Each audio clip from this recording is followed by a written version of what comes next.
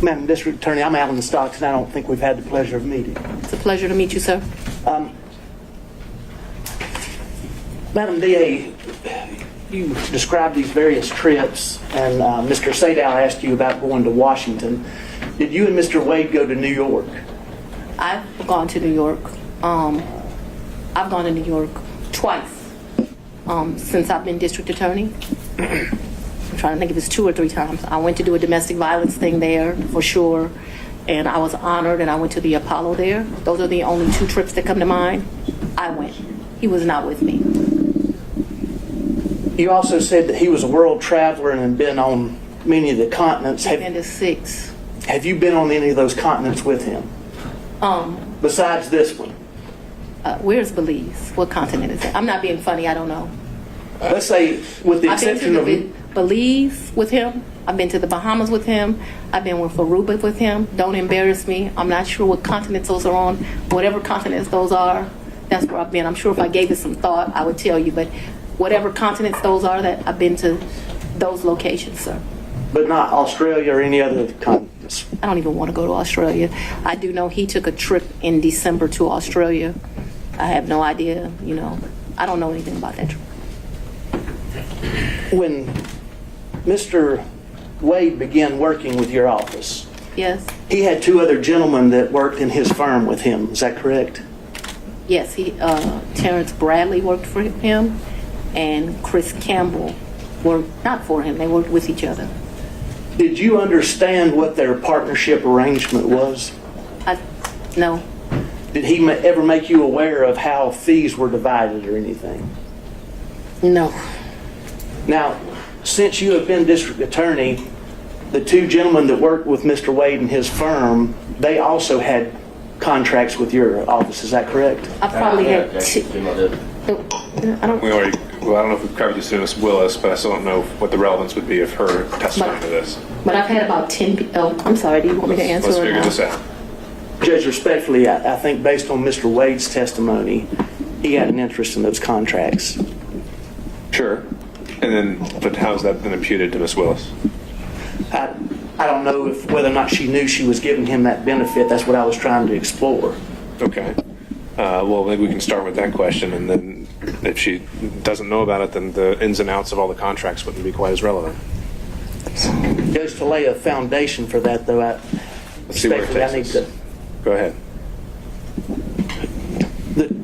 The 2 gentlemen that were in Mr. Wade's office, did they have what I think has been referred to as a taint contract? So let me be clear, and I may get the names wrong. When I first became DA, the office was not properly staffed. And so I'm surprised any lawyer would take it, but I did a contract for like $60 an hour to help us out with first appearance. That lasted a few months. Okay, so I can't remember if Bradley or Campbell had that. I'm sure we can have records and I can tell you which one, but I just can't remember now. I liked their experience. Bradley had been a probation officer and a defense attorney. Campbell had been a police officer and a defense attorney. There's a reason I'm telling you this. Then that contract, like I said, it didn't last long. It was just, I was aggressively hiring. As soon as I got where I felt like I had first appearance, enough lawyers for that, I let them go. Then we had what's called a filter contract, but it was not filter for this particular case. I do have a lawyer who does the filter for this election interference case.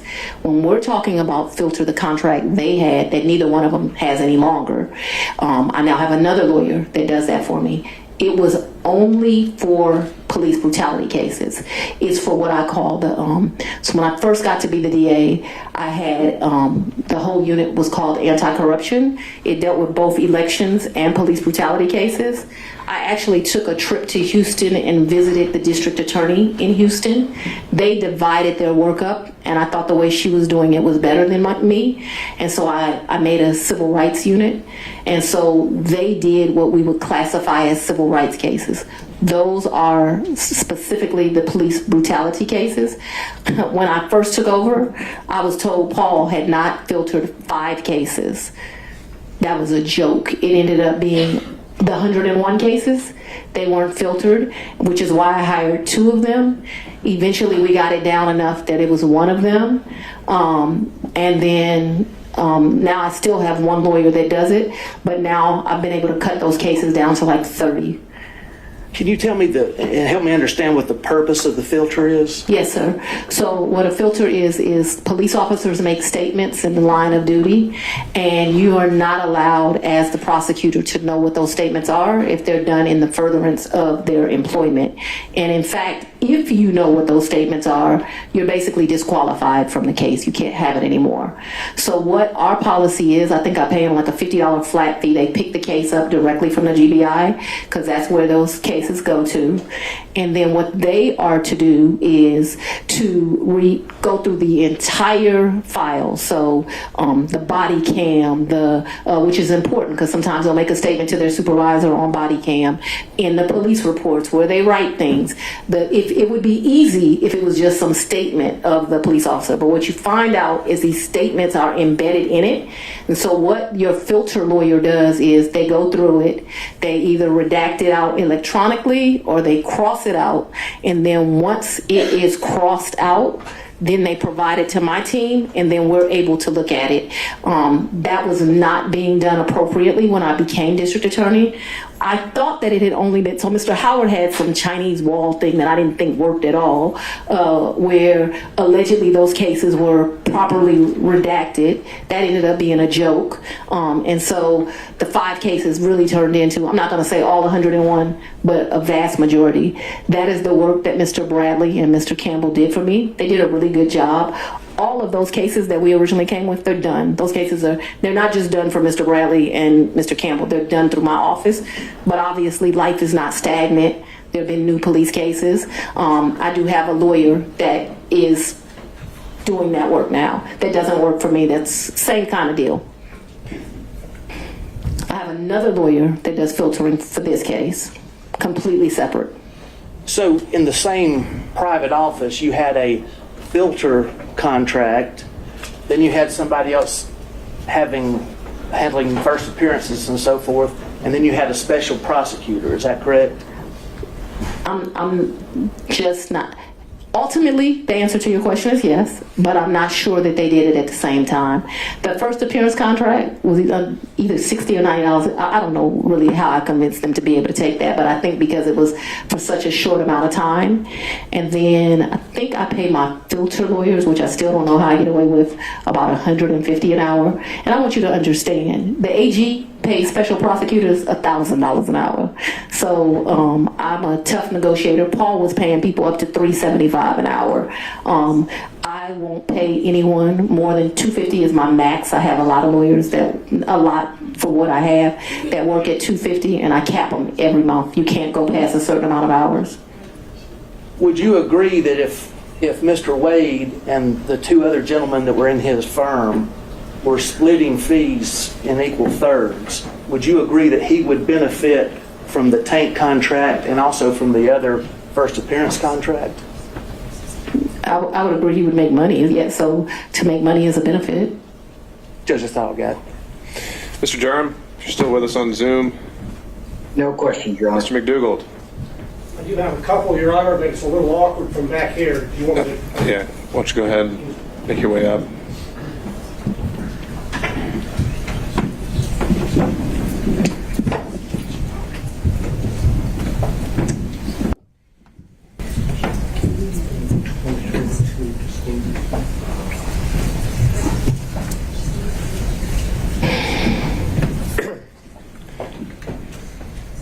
Good afternoon, Ms. Willis. How you doing? I'm very well. How are you, Mr. McDougall? I think this is our first in-person meeting, correct? Second. Second? Well, I apologize for not remembering you more clear. That's quite all right. I'm referring now to exhibit number 21, Yes, sir. which was your financial disclosure form for 2022. Yes, sir. And it has a question which requires you to disclose any gifts or favors from a single prohibited source in the aggregate amount of $100 or more. Do you see that? I don't, but I believe you. It would be on page 2 in the middle, paragraph number 3. Yes. And what is your understanding of a prohibited source for purposes of this form? I believe there's some classification of somebody you like don't have a personal relationship with that gives you $100. All right, if you look under there at subparagraph 2, Romanet 2, it defines it as someone that you know or should know is seeking to do or is doing business with the county, correct? Yes, but yes. That includes Mr. Wade as of the date you filled out this form, correct? Yes, but he never gave me a gift of $100 or more. The only thing that I would say maybe went over that, but I don't think it ever did, is if we went to dinner and my meal was $100, but I don't think I've ever eaten $100 worth of food at a restaurant, because I would not pay him back if we went to lunch or went to dinner. But trips, I paid him back for. You know, I never thought about the money until y'all brought it up, and I would be less than honest that says I was giving him the money back because I was the district attorney. I didn't take gifts from him for a lot of personal reasons. Anyway, I did not take gifts from him. And so your reason for not disclosing any gifts from Mr. Wade on exhibit number 21 is that the aggregate amount on a net basis was less than $100 in the year 2022. Is that correct? I did not accept a gift of him of more than $100 in 2022. The one exception to that, because I want us to be clear, is we probably went out to eat multiple times in the year. If you're considering eating a meal, you know, because we went out multiple times, that probably went to the level of more than $100. But if we're doing tit for tat like that, I probably paid for as many meals as he paid for. And so I did not receive any gifts from him. The question on the form, I understand the the question. aggregate in excess of $100, and your testimony is that you did not receive in the aggregate more than $100. All right, Mr. McDougal, you can sit down now. I don't believe she answered that question, Your Honor. She answered as to specific individual gifts. And you're not listening to my answer either, so we're done. Very well. Okay, Mr. Rice. No further questions. Mr. Gillen.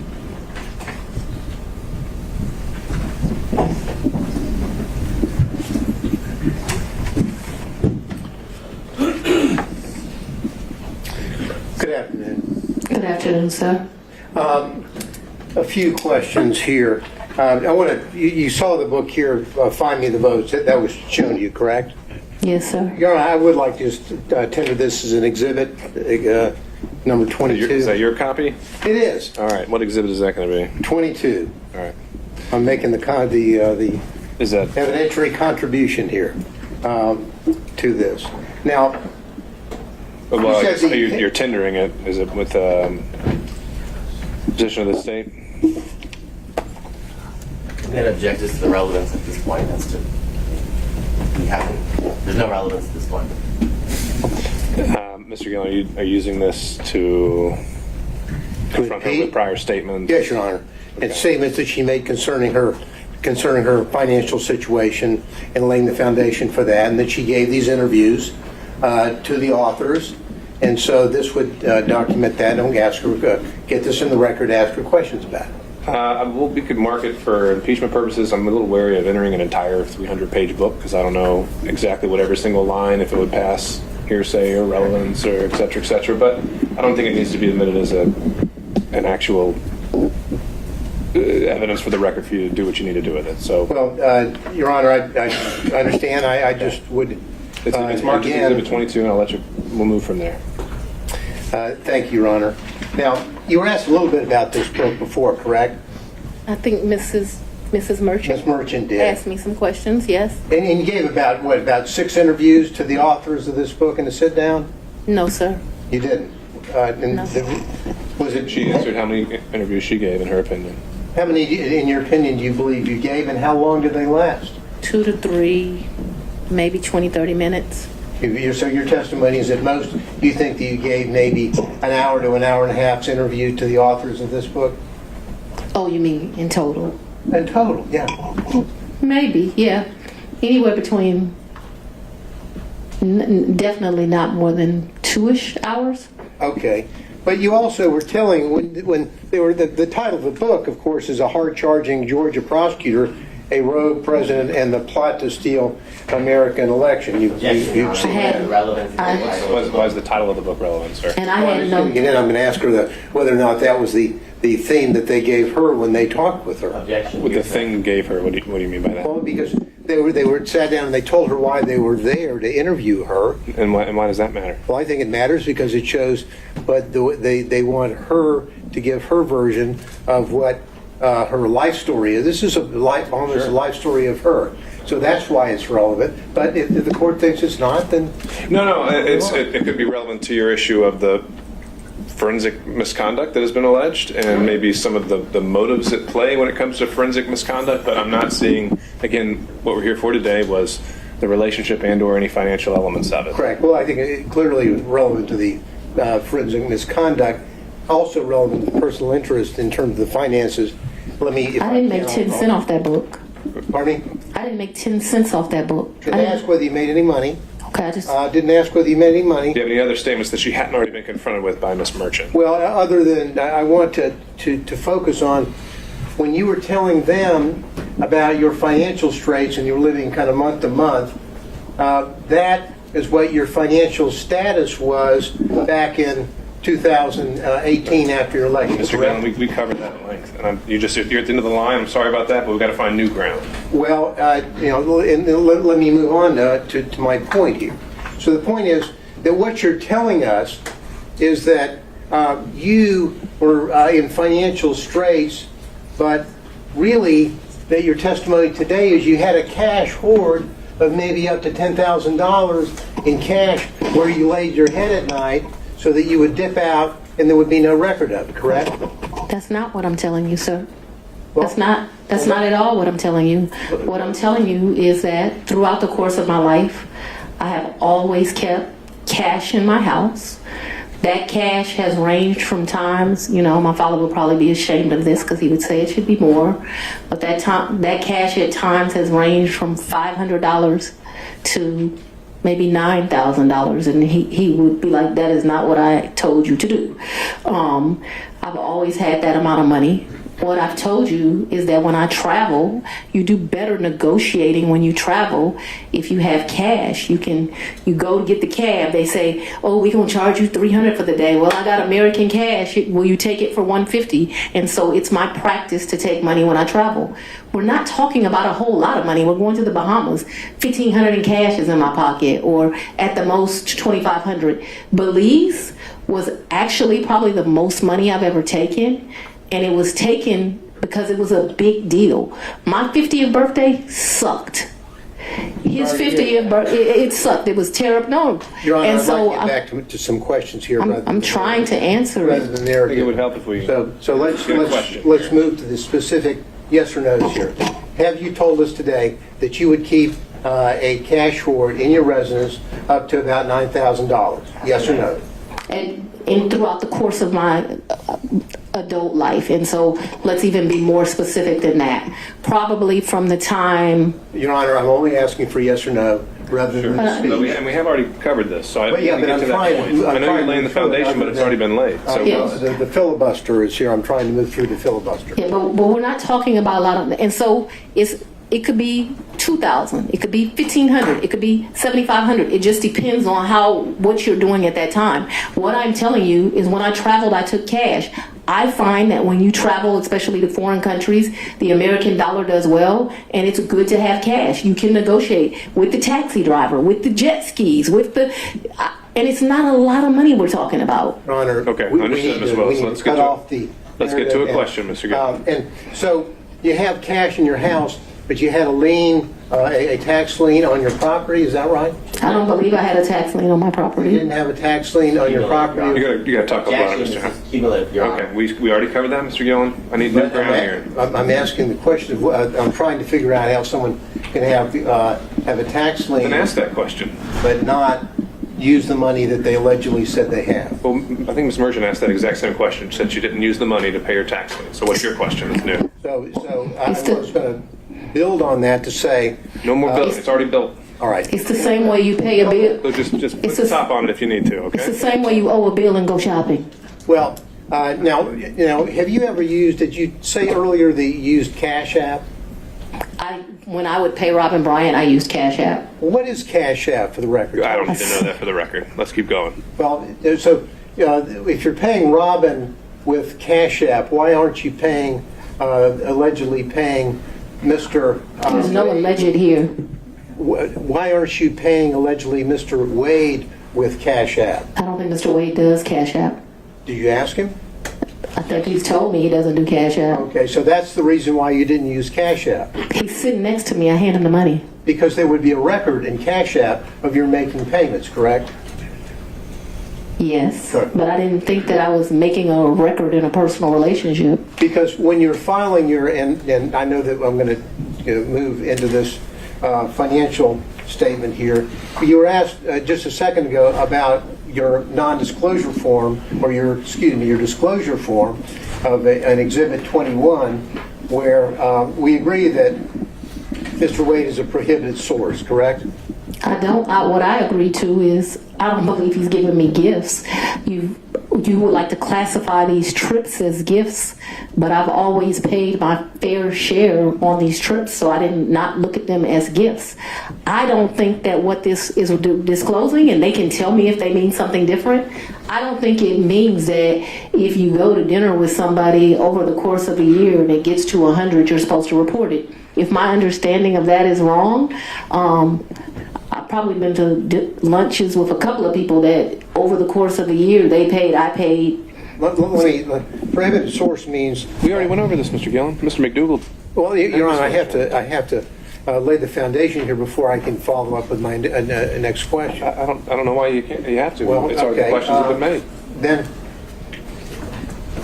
your 2022 disclosure form did not list any of the thousands and thousands of dollars that Mr. Wade paid for on trips that you were on. Objection. Isn't that Asked and correct? answered. You will do. That's because Mr. Wade was paid that money back, or he was paid due to the fact that I bought the plane ticket or I paid for the hotel. There were never money that he gave me.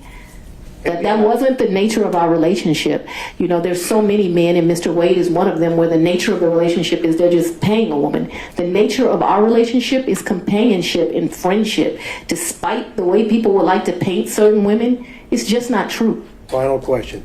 And not a single solitary documentary piece of evidence Asked and answered, Your showing Honor. that you have withdrawn the cash to pay Right. All right. Thank you. Thank you, Mr. Gillen. That's not accurate. Thank you.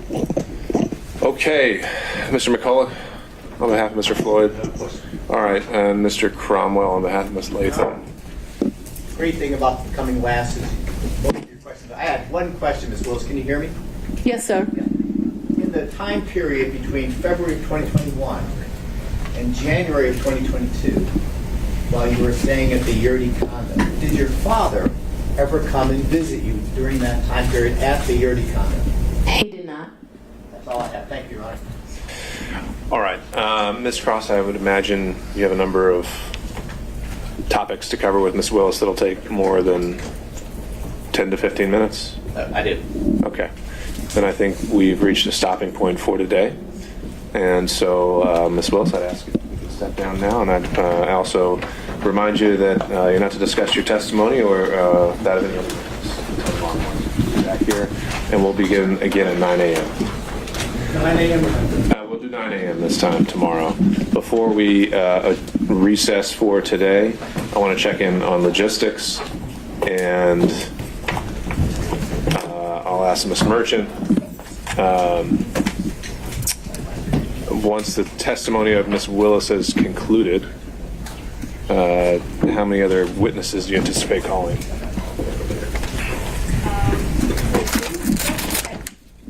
And then we subpoenaed Delta records that state objected. We can handle that now. Ms. Willis, you can step down. You're done for the day. You want me to leave the courtroom? Or you can sit at the council table. We don't need you in the witness box. All right, so 2 witnesses and then querying other defense counsel. I know Mr. Gillen, there was a potential witness that was objected to by the state, so there's another one there. And we can talk about that. Were there any other witnesses anticipated from any defense counsel? All right, seeing no show of hands. And then Ms. Cross, any witnesses on your behalf? I expect so, Your Honor, and I expect that to take only 4 to 5 hours. Okay, and how many witnesses would you imagine? Without committing myself to a final number, my best guess at this point would be 3 to 4. Okay.